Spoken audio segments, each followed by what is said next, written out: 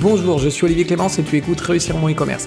Réussir mon e-commerce, c'est un podcast qui a pour mission d'aider les nouveaux e-commerçants et ceux qui sont déjà lancés à créer une entreprise rentable et bienveillante. Parce que je suis convaincu que ce sont les entreprises, quelle que soit leur taille, qui ont le pouvoir d'améliorer le monde dans lequel nous vivons. Dans ce podcast, je te partage des conseils, des astuces, des idées et des retours d'expérience pour t'aider à développer ton entreprise de manière respectueuse et élégante. Allez, c'est parti pour un nouvel épisode. Salut, j'espère que tu vas bien.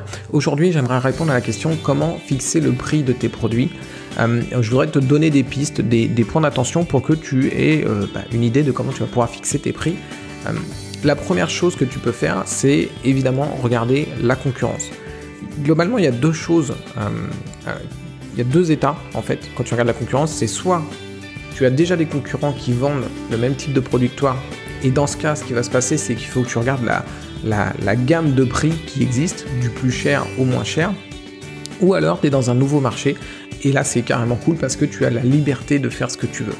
Si tu es dans un marché où il y a déjà des concurrents et donc il y a une gamme de prix qui existe déjà, il faut que tu ailles regarder tes concurrents et que tu regardes un petit peu qu'est-ce qui justifie leurs tarifs. Pourquoi est-ce qu'il y en a un qui est plus cher que d'autres? Qu'est-ce qui fait que lui il peut se permettre d'être plus cher, etc. Essaye de regarder un petit peu tout ça et du coup de comprendre où tu peux te situer par rapport au service que tu proposes, par rapport à la qualité des produits, par rapport à tout ce que tu fais autour de ton produit qui va justifier ou pas que tu sois plus cher que certains concurrents ou moins cher qu'eux. Si tu es dans un nouveau marché, là c'est vraiment cool, tu as la liberté de faire ce que tu veux. Je te donne l'exemple d'un e-commerçant qui était venu me voir et en fait il vend des sacs à dos étanches, mais étanches à un niveau où tu peux faire de la plongée sous-marine avec, etc. Et en fait, il avait un accord avec un fournisseur qui lui permettait avec le fournisseur de ces sacs à dos, parce qu'il n'y en avait qu'un, qui lui permettait d'être le seul à vendre ses produits en France. Et du coup, il pouvait vendre ses produits comme il le voulait en fait. Le problème de tarification, il n'en avait pas. Il pouvait faire ce qu'il veut parce que le seul moyen d'aller acheter les produits, c'était en Allemagne. C'était le seul autre endroit où on pouvait acheter les produits jusqu'à maintenant.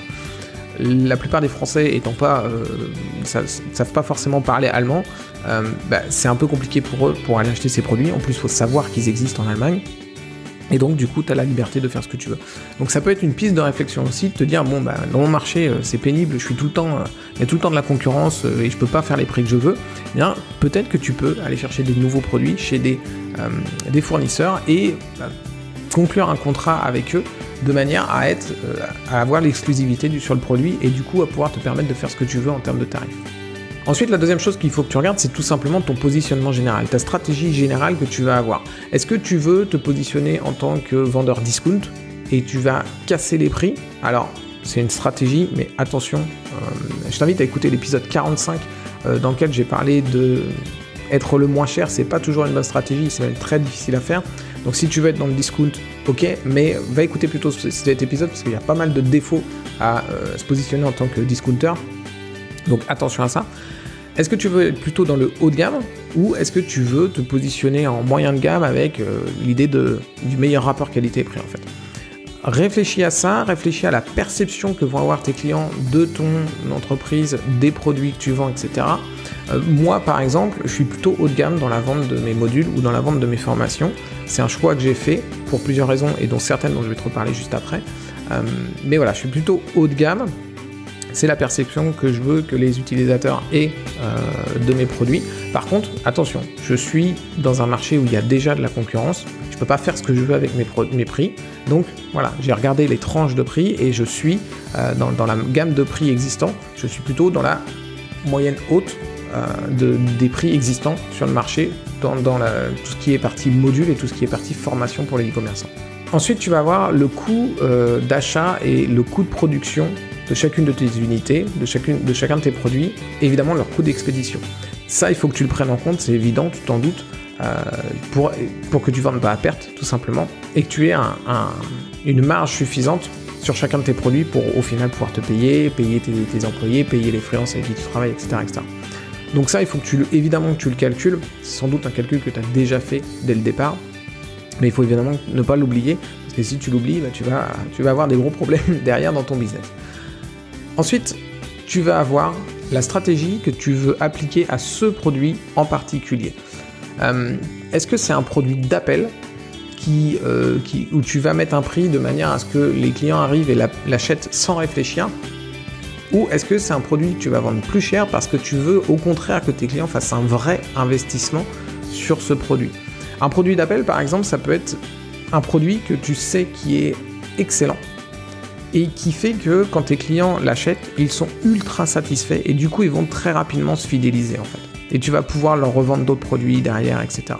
Ou parce que tu sais que c'est un produit qui engendre d'autres achats derrière parce qu'il y a besoin d'autres éléments, etc. derrière. Donc, réfléchis si tu veux un produit d'appel ou un produit plus cher. Typiquement, moi, bien que je sois, tu vois, par rapport à la stratégie haut de gamme que j'essaie de mettre en place, eh bien, ça m'empêche pas d'avoir des produits d'appel en fait.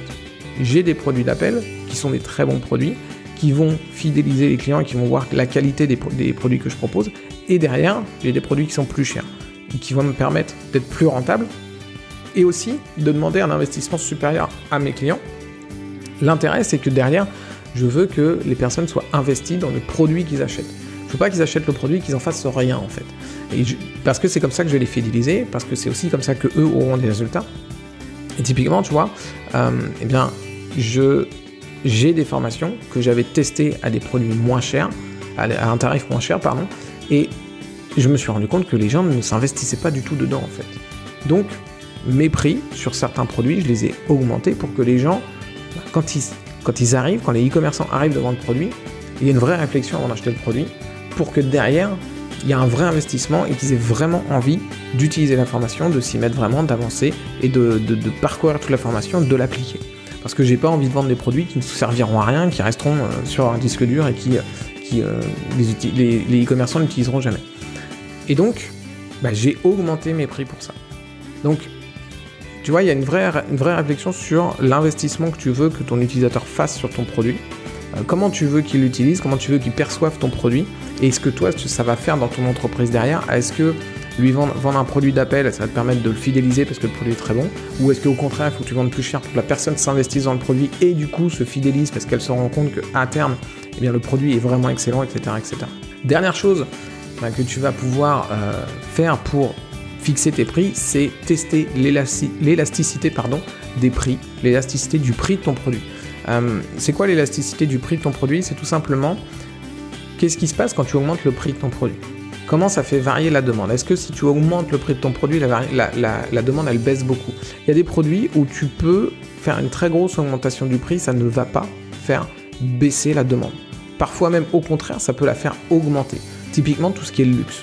Quand tu vas augmenter le prix d'un produit, si c'est un produit de luxe, un produit où les personnes sont un peu fiers d'avoir acheté ce produit-là, eh bien, faire augmenter le prix de produit, eh bien, ça peut faire augmenter la demande. Tu vas avoir aussi l'effet qualité du produit. Voilà, est-ce que si tu vends ton produit pas assez cher, est-ce que tu vas pas détériorer sa qualité aux yeux de tes utilisateurs? Parce qu'évidemment, on est d'accord que la qualité de ton produit est toujours la même, mais aux yeux des utilisateurs qui n'ont pas encore ton produit, est-ce que ça ne va pas réduire la qualité du produit? Typiquement, j'avais fait ça avec un module, j'avais augmenté le prix du module et les ventes ont doublé sur le prix du module. Pourquoi? Tout simplement parce que le positionnement, ça ne correspondait pas à mon positionnement haut de gamme que j'avais, le prix initial n'était pas bon. En fait, j'avais un produit qui était plutôt dans la fourchette basse en termes de tarifs. Alors que le produit était meilleur que les produits qui étaient vendus à ce prix-là. Et du coup, je l'ai augmenté parce qu'il est bien au-dessus en termes de qualité. Et du coup, les prospects qui arrivaient devant le produit, avec le prix trop faible, avaient l'impression que j'allais leur vendre un module qui allait être comme tous ceux qu'ils avaient déjà testés et qui était pourri, alors qu'en réalité, le produit était bien meilleur. Donc en augmentant le prix, ils ont eu une qualité perçue qui était bien meilleure, et du coup, les commandes ont augmenté.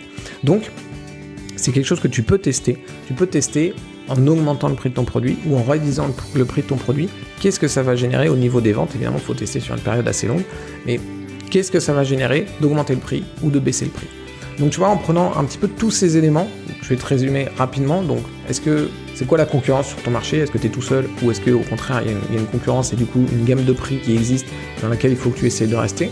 C'est quoi ton positionnement général? Est-ce que tu es plutôt discount? Est-ce que tu es plutôt haut de gamme? Ou est-ce que tu es plutôt rapport qualité-prix, donc moyen de gamme? Tu peux être rapport qualité-prix moyen de gamme haute, il y a toutes les variations que tu veux là-dedans. Ton coût d'achat et de production, bien sûr. ta stratégie avec ce produit en particulier. Est-ce que tu veux que ce soit un produit d'appel ou est-ce que tu veux que ce soit un produit plutôt plus cher de fidélisation, etc. Et l'élasticité du prix de ton produit, quand tu l'augmentes ou quand tu le baisses, qu'est-ce que ça donne sur la demande au niveau de ce produit-là. Voilà, si cet épisode t'a plu, n'hésite pas à laisser une note sur Apple Podcast, et si tu es sur une autre plateforme où tu peux pas laisser une note, eh bien tu peux de toute façon partager ce podcast. C'est comme ça que ça le fait connaître, et je te remercie d'avance. Ciao.